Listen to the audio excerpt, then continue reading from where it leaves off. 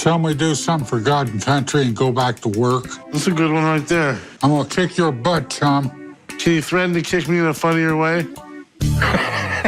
From commanding reality TV for more than a decade to shocking secrets lurking behind a pawnshop counter, this is the untold saga of Pawn Stars and the startling confession of Rick Harrison.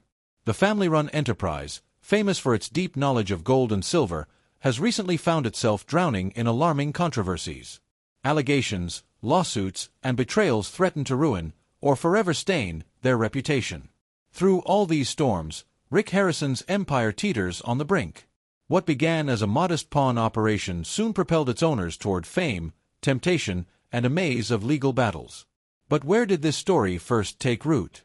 A pawnshop empire based on gold and silver expertise, anchored by Richard "Old Man" Harrison, a 77-year-old patriarch who co-founded the Las Vegas shop.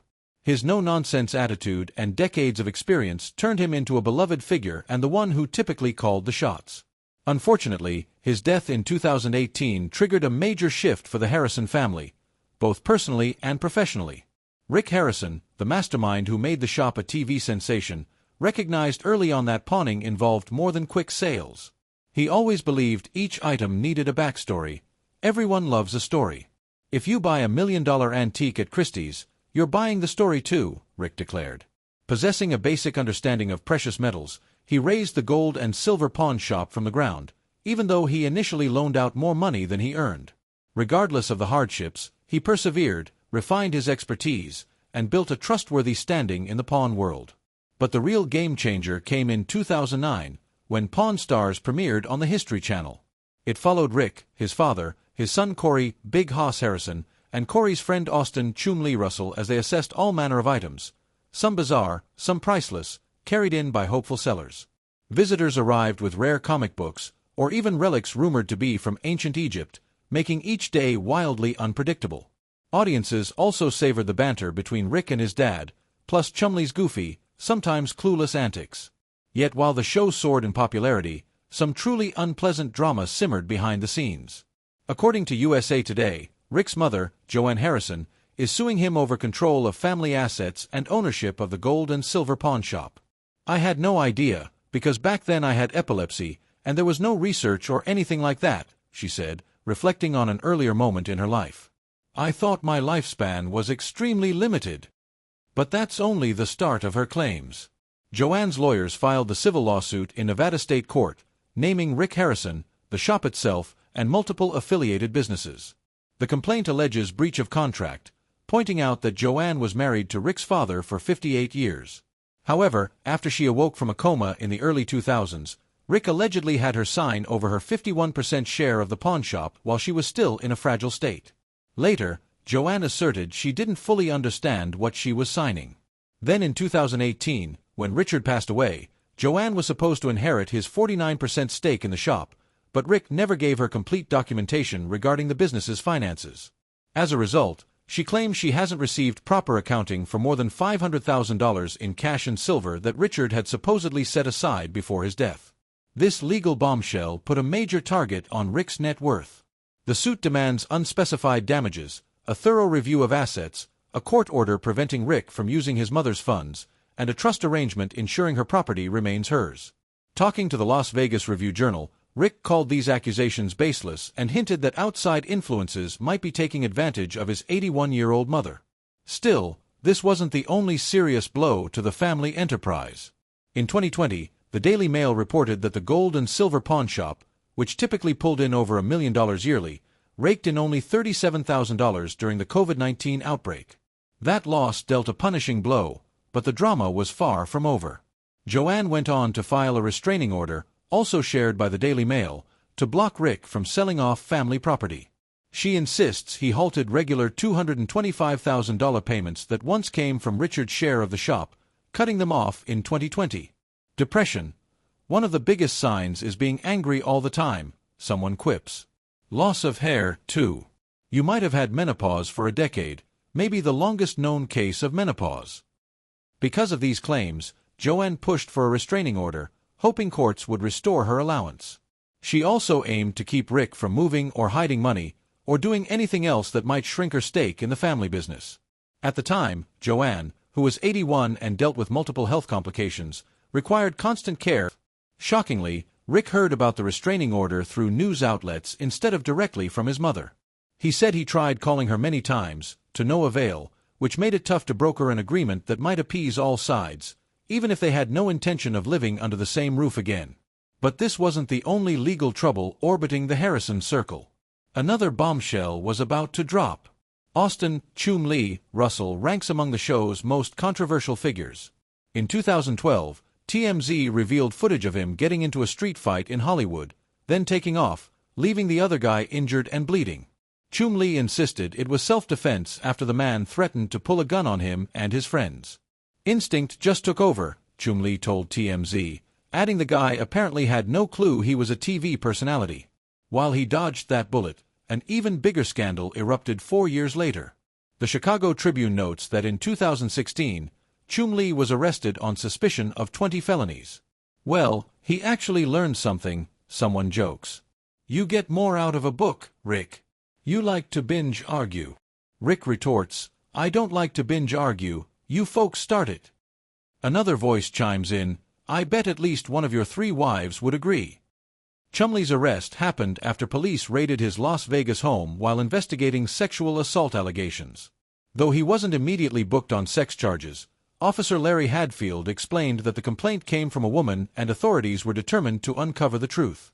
TMZ reported that Chum-Lee was indeed the suspect in that sexual assault case, but while those charges were eventually dropped, the raid allegedly turned up meth, marijuana, and at least 1 firearm. The final tally, based on Clark County Detention Center records, included 19 drug possession counts and a single weapons charge.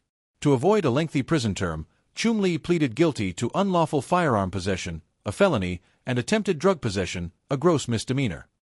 Despite surviving this legal storm, he wasn't the only one in hot water. During a motorcycle trip, Corey reportedly stopped in Jefferson City and visited a bar called Spectators. After a long stretch of heavy drinking, witnesses say Corey brazenly relieved himself in public and even threw a bar stool. He was swiftly thrown out, facing negative headlines soon after. Corey did apologize publicly, acknowledging he made a terrible mistake. Sadly, trouble stayed close by.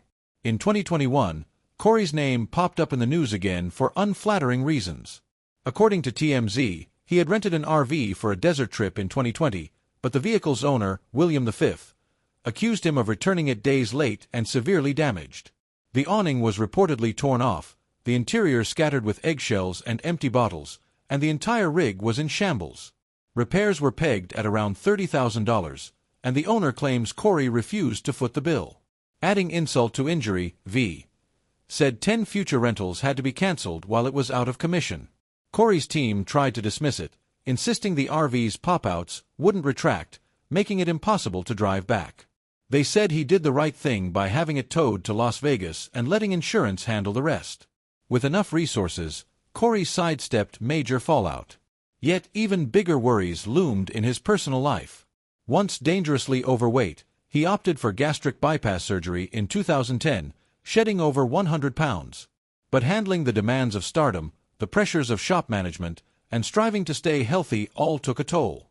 At least his friendship with Chum-Lee stayed strong. Chum was even inspired to launch his own weight loss quest. Rick, Chum-Lee, and Corey might be the main faces of Pawn Stars, but the show also relied heavily on expert appraisers.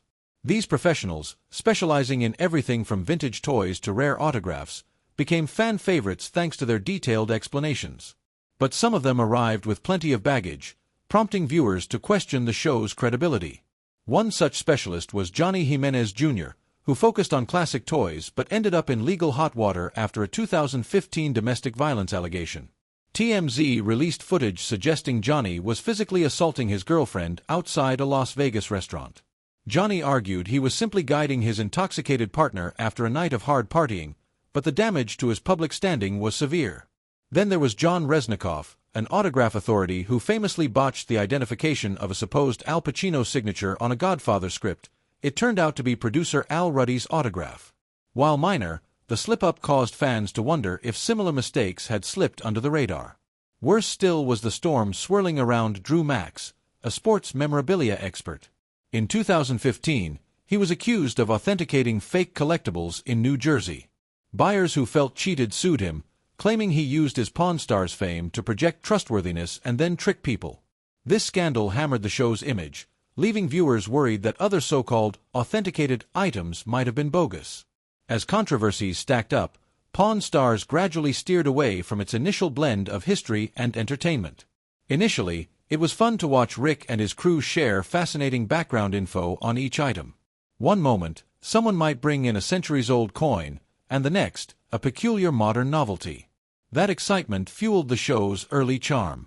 However, rumors emerged that participants were being pre-screened and their belongings pre-evaluated, stripping away the beloved spontaneity. The on-camera debates, once genuinely amusing, started feeling staged, with the focus shifting to family clashes instead of quirky treasures. Fans who tuned in for history felt they ended up watching a dramatic reality show, something more akin to the Kardashian realm. As if familial feuds, Chumley's brushes with the law, and questionable experts weren't enough, Rick attempted to capitalize on Pawn Stars' popularity through broader ventures. He opened Pawn Plaza, a retail hub near the shop, hoping it would draw hungry tourists looking to connect with the show's fame. But the project was deemed a letdown, as many businesses inside failed due to scarce visitors.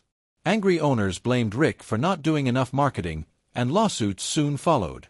After all, it's tricky to guarantee tourists will transform into dedicated customers just because they watch a popular TV series. Even as the present-day turmoil raged on, the past unveiled more secrets. In 2012, Olivia Black joined the pawnshop team and quickly amassed a huge fan base with her edgy style and bold personality. Out of nowhere, she was fired, leaving viewers confused. News broke that it was tied to leaked nude pictures Olivia had posed for before joining the show. Many fans were outraged, calling the producer's reaction unfair. Olivia stayed strong despite her abrupt exit, later focusing on a modeling and adult entertainment career. She even pursued legal action, alleging she was wrongfully terminated, though she ultimately dropped the case. By this point, the Pawn Stars crew had become familiar with the justice system, and 2014 brought a fresh legal fight. ABC News reported that David Walters accused his niece, Jennifer Beckman, of stealing his valuable coin stash in 2013 and selling it to the gold and silver pawn shop. Walters claimed it was worth $50,000, but Beckman only got $2,375 from the shop. When the theft was discovered, police reached out to the pawn shop, only to learn the coins had either been sold or possibly melted. A store spokesperson insisted the coins weren't as precious as Walters believed, and that no one from Pawn Stars had done anything illegal or even improper. Yet the notion of a pricey collection disappearing so fast disturbed many observers. Despite endless drama, the show powered through more than a decade on the air. It even kept a loyal audience, although the format seemed to pivot toward scripted interactions and sensational personal stories. By its 21st season, the novelty had worn off, and its ratings fell sharply. The once rock-solid credibility was weakened by family lawsuits, Chumley's legal nightmares, and experts with questionable backgrounds. Rick, known for his shrewd business sense, shifted his attention elsewhere, dabbling in real estate and various ventures. Pawn Plaza might have missed the mark, but Rick had the savvy to keep the gold and silver pawn shop standing proudly in Vegas. Whether Pawn Stars is fully canceled remains unconfirmed, though it's undoubtedly a shadow of its former glory. Its main personalities endured both personal and professional scandals, dimming the show's once dazzling presence on the History Channel. Still, it's impossible to overlook the mark Pawn Stars left on reality television. There's no denying Pawn Stars changed the landscape of reality TV. It began as a small, family-driven pawn operation and exploded into a multi-million-dollar juggernaut, shedding light on historical artifacts, the haggling process, and the intrigue of everyday finds. People were enthralled by the idea that a weathered family shop in Las Vegas could uncover lost treasures. Yet maintaining such immense popularity had a cost. The wave of scandals, from family feuds to questionable authentications, gradually discolored the cast's image. Still, Pawn Stars stands as one of the most widely recognized and influential reality shows ever made. In the end, Pawn Stars offered a glimpse into a family business juggling rare items and personal hurdles in a city famous for reinvention. It resonated with many who saw everyday folks negotiating in the bright lights of Vegas, until it all started to feel too manufactured. Even if the show doesn't make a comeback, its imprint on pop culture is undeniable. It remains a story that blends risk, nostalgia, and jaw-dropping twists, a story that will echo long after the final deal is made.